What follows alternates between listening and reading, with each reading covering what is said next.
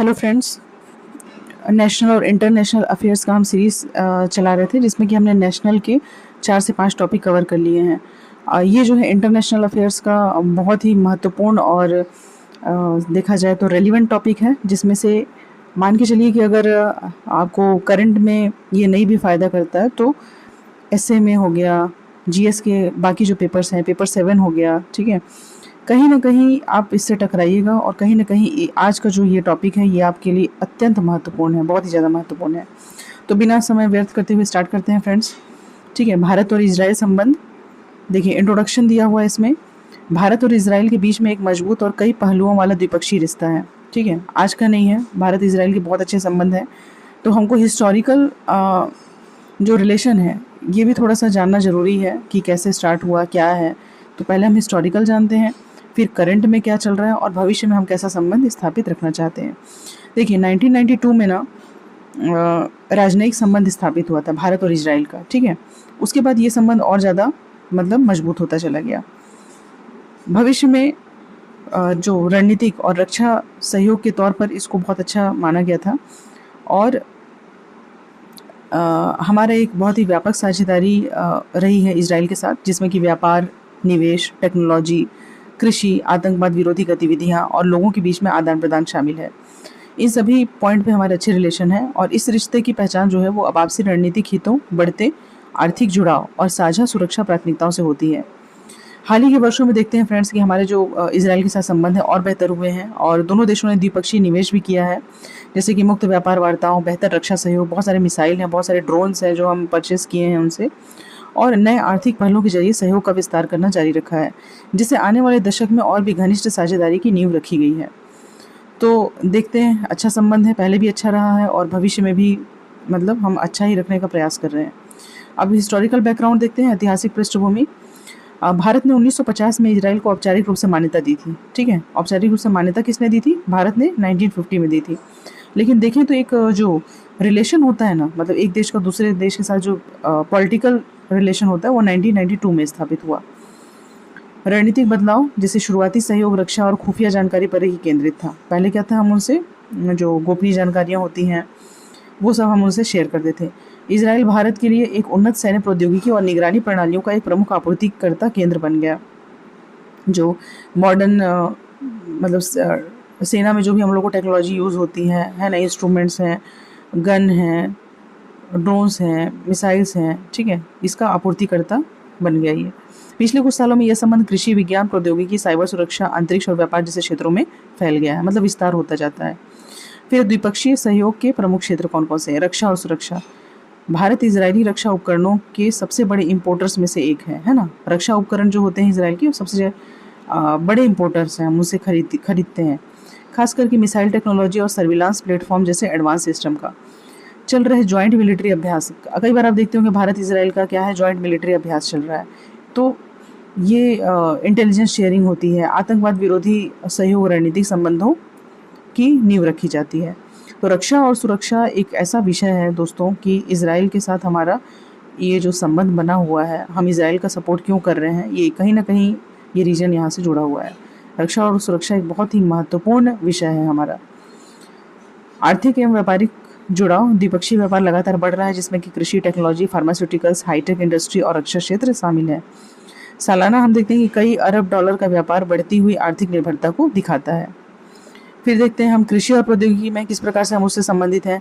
तो पानी का मैनेजमेंट, माइक्रो इरिगेशन, फसल टेक्नोलॉजी में इजराइल की विशेषज्ञता भारत में कृषि विकास में मदद करती है।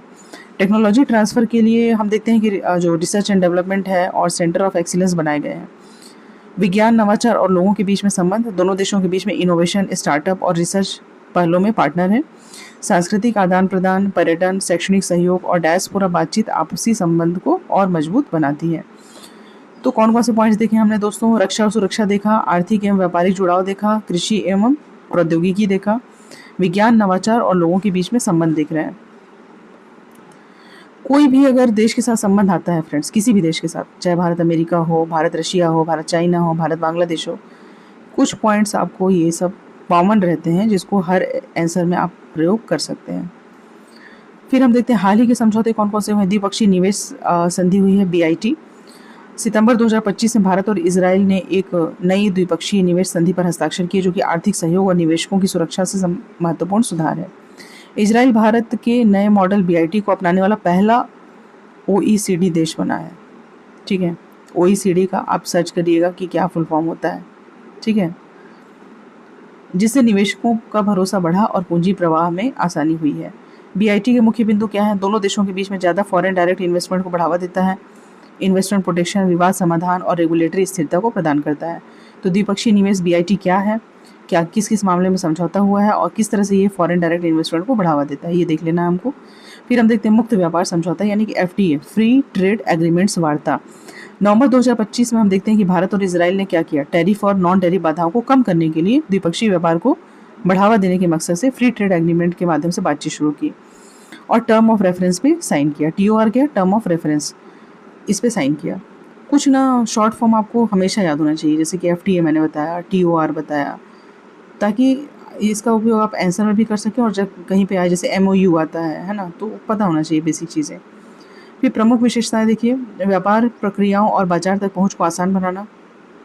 एफटीए का यूज़ क्या है, आप फ्री ट्रेड एग्रीमेंट अगर हो जाता है किसी देश के साथ, तो आपके यहाँ जो भी उत्पादन हो रहा है ना, आप उसको उसके बाजार तक आसानी से पहुंचा सकते हैं। फिर आईटी सेवा, मैन्युफैक्चरिंग और कृषि जैसे क्षेत्रों में सहयोग को बढ़ावा देना, ये भी इसकी विशेषता है। फिर रक्षा और प्रौद्योगिकी सहयोग समझौता ज्ञापन, ये सबसे महत्वपूर्ण है फ्रेंड्स, बहुत ही ज़्यादा महत्वपूर्ण है। इसको अच्छे से पढ़ लीजिए, समझ लीजिए, दिमाग में बैठा लीजिए और तैयार रहिए लिखने के लिए, कहीं ना कहीं आपको लिखना ही पड़ेगा। 4 नवंबर 2025 को दोनों देशों ने रक्षा औद्योगिक तकनीकी सहयोग को बढ़ाने के लिए एमओयू पे साइन किया, मेमोरेंडम ऑफ अंडरस्टैंडिंग। ठीक है, एमओयू। यह समझौता दशकों के द्विपक्षीय रक्षा सहयोग पर आधारित है, जिसमें कि जॉइंट आर&डी, रिसर्च एंड डेवलपमेंट, को प्रोडक्शन, एडवांस सिस्टम पर फोकस किया गया है। तो इसके हाइलाइट्स क्या क्या हैं? ठीक है, हाइलाइट्स क्या क्या हैं देखिए। एआई इनेबल्ड डिफेंस सिस्टम, हम देख रहे हैं कि एआई मतलब आर्टिफिशियल इंटेलिजेंस का प्रयोग हर सेक्टर में हो रहा है, हर सेक्टर में, कृषि हो, व्यापार हो, ठीक है, साइंस हो, मेडिसिन हो, पढ़ाई हो, कहीं भी। तो क्या रक्षा क्षेत्र इससे अछूता रह जाएगा? बिल्कुल नहीं। तो एआई इनेबल्ड डिफेंस सिस्टम जो है, ये इसकी प्रमुख विशेषता है सर्विलांस, साइबर सिक्योरिटी में मिलकर डेवलपमेंट करना। फिर आतंकवाद और साझा सुरक्षा खतरों के खिलाफ लगातार सहयोग, हम देख रहे हैं कि हम आतंकवाद से पीड़ित बहुत सारे ऐसे देश हैं, इसमें इंडिया भी है। ठीक है, तो खुफिया जानकारी होती है, कहीं कुछ साझा सुरक्षा संबंधित इशू होते हैं, उसमें लगातार इजराइल ने भारत का सहयोग दिया है। फिर देखिए, भारतीय रुपयों में व्यापार करें। एसबीआई की अगुवाई में भारतीय बैंकों ने भारतीय रुपयों में द्विपक्षीय व्यापार को आसान बनाने के लिए तरीके शुरू किए हैं, जिससे कि अमेरिकी डॉलर पर निर्भरता कम होगी और फाइनेंशियल लिक्विडिटी बेहतर होगी। अगर हम फाइनेंशियली इंडिपेंडेंट होना चाहते हैं तो कहीं ना कहीं अमेरिकी डॉलर पर निर्भरता हमको कम करना ही पड़ेगा, इसलिए भारतीय रुपये में व्यापार करना प्रारंभ किया गया है। फ़ायदे क्या हैं देखिए, अंतर्राष्ट्रीय व्यापार में यदि भारतीय रुपये का इस्तेमाल होता है तो हमें फ़ायदा क्या क्या होगा। इससे व्यवसायों के लिए ट्रांजैक्शन लागत जो होती है वो करेंसी जोखिम को कम करता है। हाल के समझौते का महत्व देखिए, जो बीआईटी और एफटीए समझौता हुआ ना, अभी हमने ऊपर पढ़ा, उसका फ़ायदा क्या है, आपसी फ़ायदे का कौन कौन सा बिंदु है इसमें। तो रणनीतिक गहराई, बेहतर रक्षा संबंध, आम सुरक्षा खतरों के खिलाफ तैयारी सुनिश्चित करते हैं, टेक्नोलॉजिकल इनोवेशन को बढ़ावा देते हैं। फिर करेंसी सहयोग, रुपये में व्यापार से द्विपक्षीय व्यापार में मौद्रिक स्वतंत्रता और स्थिरता बढ़ती है, करेंसी सहयोग बढ़ेगा, है ना। हाईटेक ग्रोथ, इनोवेशन और स्टार्टअप में सहयोग दोनों देशों को भविष्योन्मुख आर्थिक क्षेत्रों में जगह दिलाता है। फिर देखते हैं चुनौती और बाधाएं, बहुत इंपॉर्टेंट है। किसी भी चीज़ का अगर आप कंक्लूजन की तरफ जा रहे हैं तो पहले चुनौती बाधाएं बताइए, फिर संभावनाएं बताइए, फिर निष्कर्ष बताइए। तो क्षेत्रीय भू राजनीति, भारत पश्चिम एशिया में एक असंतुलित नीति बनाए रखता है, जिसमें कि इजराइल और अरब देशों दोनों के साथ संबंध बनाए रखता है और साथ ही फिलिस्तीन की आकांक्षाओं का समर्थन करता है। भारत फिलिस्तीन के भी आकांक्षाओं का समर्थन कर रहा है, ठीक है, और इजराइल के साथ भी अच्छा संबंध रखना चाह रहा है। इस चीज़ को देखिएगा, ये बहुत इंपॉर्टेंट चीज़ है। घरेलू अवधारणाएं, भारत के मध्य पूर्वी गठबंधनों पर जनमत अलग अलग हो सकता है, इसलिए सावधानीपूर्वक राजनयिक तालमेल की आवश्यकता है। वैश्विक बदलाव, बदलते हुए वैश्विक गठबंधन और तनाव, जैसे कि खाड़ी की राजनीति, ईरान के साथ संबंध रणनीतिक फैसलों को प्रभावित कर सकते हैं। भविष्य देखिए क्या होगा, भारत इजराइल संबंधों का भविष्य। आर्थिक विस्तार, एफटीए बातचीत पूरी होने और उसे लागू करने से द्विपक्षीय व्यापार और निवेश में काफ़ी बढ़ोतरी हो सकती है। क्लीन एनर्जी, एआई, बायोटेक्नोलॉजी और डिजिटल इंफ्रास्ट्रक्चर सेक्टर में विस्तार में बड़ी संभावनाएं हैं। सामरिक और रक्षा सहयोग, रक्षा technology UAV system, cyber defence और अंतरिक्ष सहयोग में आर एंड डी पार्टनरशिप, मतलब रक्षा और सहयोग में रिसर्च एंड डेवलपमेंट में पार्टनरशिप जारी रहेगी। आतंकवाद विरोधी साझा फ्रेमवर्क और इंटेलिजेंस सहयोग मुख्य रूप से बने रहेंगे। आर्थिक रूप से हम विस्तार कर ही रहे हैं ना, भारत और इसराइल के साथ हमारा आर्थिक संबंध अच्छा रहेगा और जो हमारा सामरिक और रक्षा सहयोग है वो भी अच्छा ही रहेगा, उसमें भी हम आगे बढ़ रहे हैं, रिसर्च एंड डेवलपमेंट में आगे बढ़ रहे हैं। सांस्कृतिक और शैक्षणिक संबंध देखते हैं तो शैक्षणिक आदान प्रदान, सांस्कृतिक उत्सव, पर्यटन, इसके जरिए लोगों से जुड़ाव होता है हमारा। इसे सॉफ्ट कॉर्नर भी है, मतलब सॉफ्ट पॉलिसी ऑफ इंडिया कहते हैं, ठीक है। क्षेत्रीय संतुलन, भारत के डिप्लोमेटिक तरीका इजराइल के साथ अपनी स्ट्रेटेजिक पार्टनरशिप को बैलेंस करने के साथ साथ दूसरे जो मिडिल ईस्ट देश हैं और बड़े इंटरनेशनल प्लेयर हैं उसके साथ अच्छे रिश्ते बनाए रखने में सब फोकस करेगा। देखिए प्रमुख बिंदु क्या है, भारत और इजराइल ने 1992 में पूरे डिप्लोमेटिक संबंध स्थापित किए। सहयोग में रक्षा, व्यापार, कृषि, टेक्नोलॉजी और सुरक्षा शामिल है। निवेशकों का भरोसा बढ़ाने और पूंजी प्रवाह को बढ़ावा देने के लिए 2025 में द्विपक्षीय निवेश संधि पर हस्ताक्षर किए गए। व्यापार बढ़ाने के लिए टर्म्स ऑफ रेफरेंस पर हस्ताक्षर करके एफटीए बातचीत शुरू की गई। रक्षा जो एमओयू है तकनीकी और रणनीतिक सहयोग को बढ़ाता है। भारतीय रुपये में व्यापार तंत्र को बैंकों द्वारा सुविधाजनक बनाया जा रहा है। बदलते हुए जो क्षेत्रीय भू राजनीतिक और वैश्विक आर्थिक बदलावों के बीच में साझेदारी लगातार विकसित हो रही है।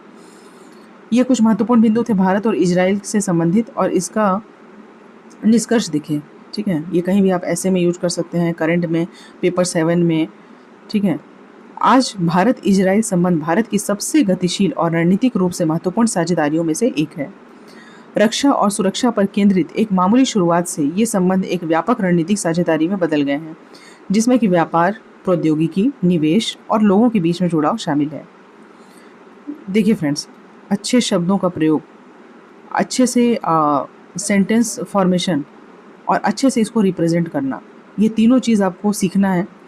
और जो अच्छी बुक्स होती हैं उससे आप जो अच्छे पॉइंट्स होते हैं कहीं पे नोट डाउन कर लिया करिए, ये हर जगह आपको हेल्प करेंगे। 2025 के समझौते विशेष रूप से द्विपक्षीय निवेश संधि, एफटीए बातचीत, मजबूत रक्षा सहयोग और रुपये में व्यापार जैसे नवाचार गहरे जुड़ाव और आपसी फायदे के एक नए दौर का संकेत देते हैं। आगे चलकर दोनों देश अपनी साझा रणनीतिक हितों, आर्थिक पूरकताओं और तकनीकी सहयोग का लाभ उठाकर अपने द्विपक्षीय लक्ष्यों को आगे बढ़ाने के लिए तैयार हैं, जबकि भारत की सूक्ष्म कूटनीति व्यापक क्षेत्रीय प्राथमिकताओं और वैश्विक गठबंधनों के बीच में संतुलन बनाए हुए है। तो देखिए भारत और इजराइल संबंध अच्छा है, अच्छा रहेगा, इसमें कोई दो मत नहीं है। लेकिन हमें एक पैरेलल, मतलब कि सबको संतुष्ट करने वाली जो हमारी पॉलिसी है, जैसे हम फ़िलिस्तीन को का भी सपोर्ट करते हैं ना, फ़िलिस्तीन के खिलाफ हमारी कोई ऐसी रणनीति नहीं है, हम इजराइल का भी सपोर्ट करते हैं। हम अमेरिका के साथ भी अच्छा रिलेशन बनाना चाहते हैं, हम रशिया के साथ भी अच्छे से रहना चाहते हैं। तो गुटनिरपेक्षता एक पॉलिसी है हमारी और साथ में हम वसुधैव कुटुंबकम की भावना को लेकर चलते हैं।